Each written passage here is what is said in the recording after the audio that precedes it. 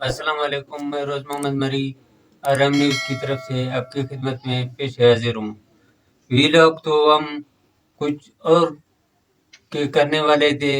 बहरहाल आज क्वेटा में एक दिलखराश और शदीद अफसोसनाक और गमगीन सा वाक़या पेश आया। उसमें एक बंदे ने अपने बीवी बच्चों समेत खुद को गोली मारकर हलाक कर दिया।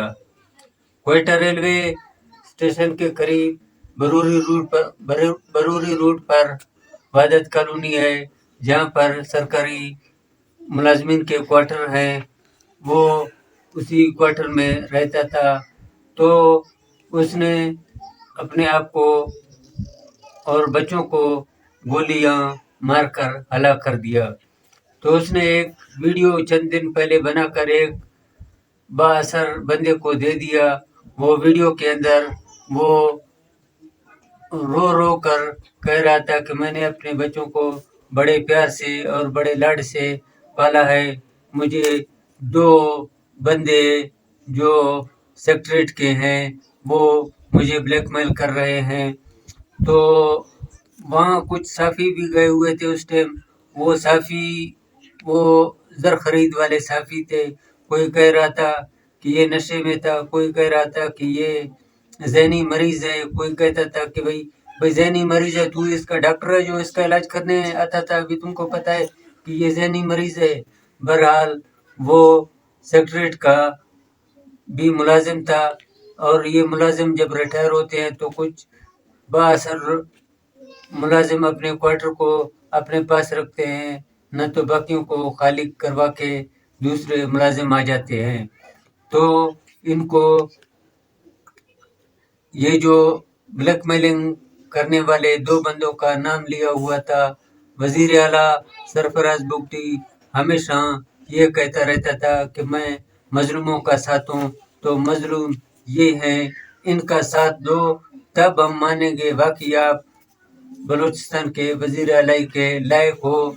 उन दोनों को सरेआम लाकर एक ऐसी सज़ा दो जो इबरतनाक भी हो, और उस सज़ा को देखकर बाकी कोई ऐसा ना करे जो किसी गरीब को तंग करके इस हद तक पहुंचाए जो अपने आप को और अपने बीवी समेत बच्चों को गोली मारकर हलाक करे। गरीबी कोई ऐब नहीं है। बहरहाल आज के दौर में सबसे बड़ा ऐब गरीबी है। तो शायद ये गरीब था, वो कुछ असर वाले लोग थे, इसलिए उन लोगों ने ऐसा कर दिया। तो ये नाम भी शाया कर दिया जाए और उन लोगों को पकड़कर उनको उनकी सजाए अंजाम तक जल्द अज जल्द पहुंचाए। उस पे आप वक्त भी नहीं लगा सकते हो अगर आप चाहो, या हो सकता है वो अगर आपके अपने बंदे हो तो हम कुछ नहीं कह सकते हैं। बहरहाल अगर आपके अपने नहीं हैं तो उनको कड़ी से कड़ी सजा दिलवा दो। आज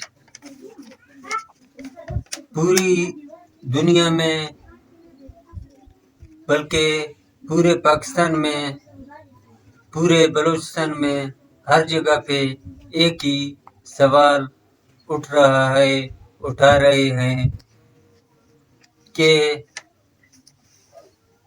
ये सवाल है जिसका जवाब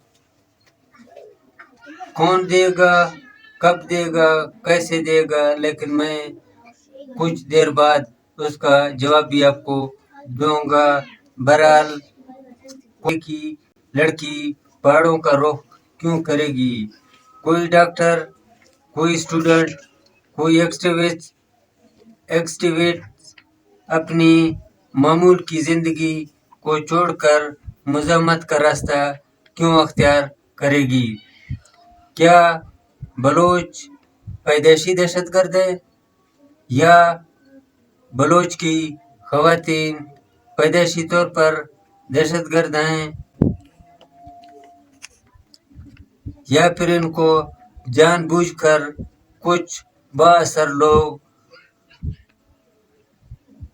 उस मोड़ तक पहुंचाने की कोशिश कर रहे हैं जहां से उनके लिए कोई और रास्ता नहीं बचता।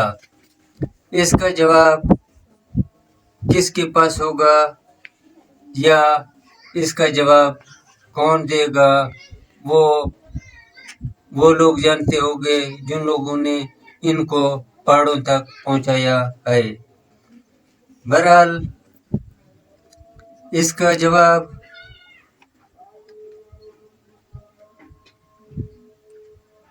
आज से नहीं, इस बात का जवाब 1948 से लेकर 2026 तक झूठ, धोखा, फराड, कुरान का वास्ता,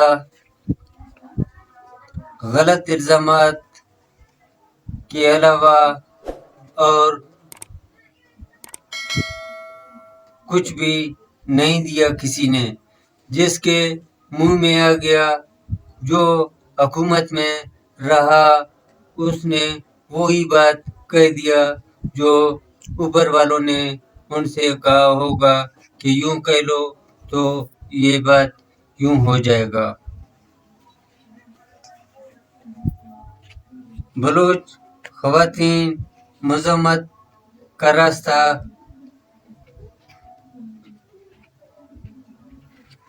क्यों अख्तियार किया?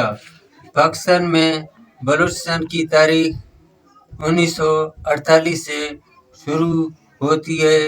ये बताने की ज़रूरत मुझे नहीं है, ये हर एक को पता है, इल्म है, मालूमात है कि 1948 से लेकर आज तक क्या हो रहा है, क्यों हो रहा है, कौन करवा रहा है और किस लिए हो रहा है। बहरहाल उस वक्त भी कलात एक आज़ाद रियासत हुआ करता था, सबको मालूम था। 1948 से लेकर आज 2026 तक बलूचिस्तान में जुल्म का न रुकने का दास्तान चला आ रहा है। बाबा नौरोज खान को कुरान का वास्ता देकर लाकर हैदराबाद जेल में फांसी पर चढ़ा दिया। सरदार असद मेंगल को कसूरी के घर से उठाकर कत्ल करके फेंक दिया गया, जिसका लाश का आज तक पता नहीं है। बाद में भुट्टो ने जेल में अपनी किताब में इसका खुद एतराफ किया था। लीडरों को कैद करना, जलावतन कर देना,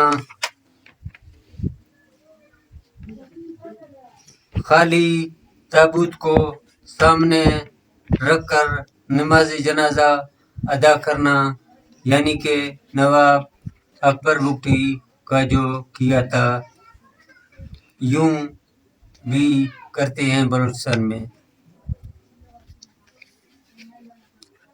ये आम सी बातें हो गई हैं बलूचिस्तान में, लेकिन दुनिया वालों के सामने हकीकी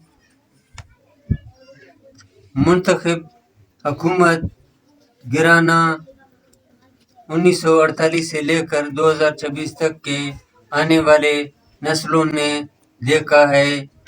इन सब काम को होते हुए या अपनी आंखों से देखा है या अपने बड़ों से सुना है। तो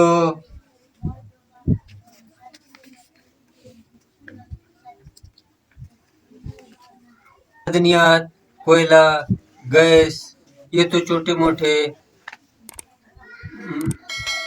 चीज़ें हैं जो बाहर यानी कि पंजाब के लोग इनसे अय्याशियाँ कर रहे हैं। बलूचिस्तान में कुछ भी नहीं है, सिर्फ एक ही 2 या 3 बातें हैं। बलूचिस्तान वाले गद्दार हैं, राह के एजेंट हैं, बस यही बात है, या गैर मुल्की अदारों के एजेंट हैं। यही 3 बातें बलूचिस्तान में चल रही हैं। बाकी बड़े जो मादनियात हैं या सोना है, तांबा है, चांदी है, यानी कि दुनिया भर की मादनियात बलूचिस्तान के सरजमीन के नीचे दबा रखा हुआ है। शायद उनको उन चीज़ों की ज़रूरत है, इसलिए ये सब कुछ इन पे लगा रहे हैं कि उनको इस तरीके से शहरों से निकालकर पहाड़ों तक ले जाकर बेघर वीरानों में तड़पा कर मार देना है। बहरहाल बलूचिस्तान एक सोने का चिड़िया है, लेकिन बलूचिस्तान का जवान एक बदनसीब से बदनसीब है। वो इलाका जो बलूचिस्तान के जवानों को माला माल कर सकता है, लेकिन बलूचिस्तान के नौजवान डिग्री लेकर बेरोजगार और गुर्बत के लकीर से नीचे अपनी जिंदगी गुजार रहा है, या भेड़ बकरियां चराकर अपना 2 वक्त की भूख मिटा रहा है।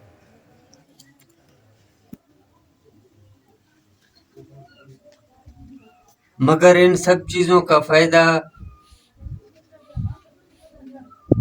आसिम बाजवा जैसे लोग उठाकर बाहर मुल्कों में ले जाते हैं, मज़े लेते हैं, तो कोई यहीं पर रहकर बलोचों पर इल्ज़ाम तराशियाँ करते रहते हैं।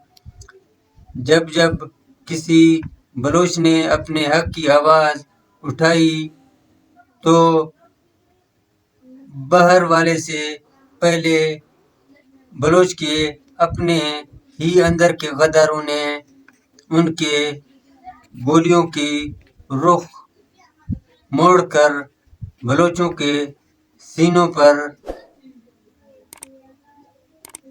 दागना शुरू कर दिया, जो कि बलोच के सीने गोलियों से चली छली कर दी गई हैं।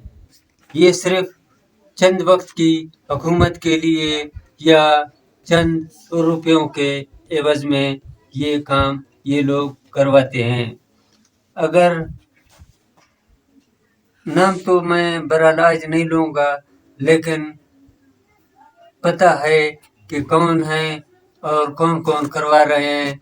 जब एक ही घड़े के अंदर 240 लाशें बरामद हो जाए तो उसको दुनिया की नज़रें किस तरीके से देखेंगे।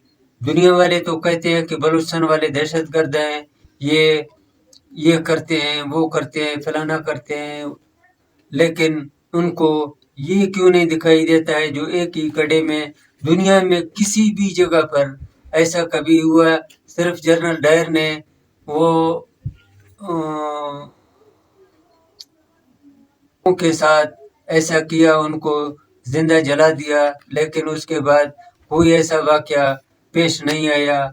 बहरहाल बलूचिस्तान में ये वाकया भी पेश आया। लोगों को इस वाकया से कोई दिलचस्पी नहीं है, क्योंकि उनको तो सिर्फ मदनियात चाहिए। बाद परस्तों ने अपने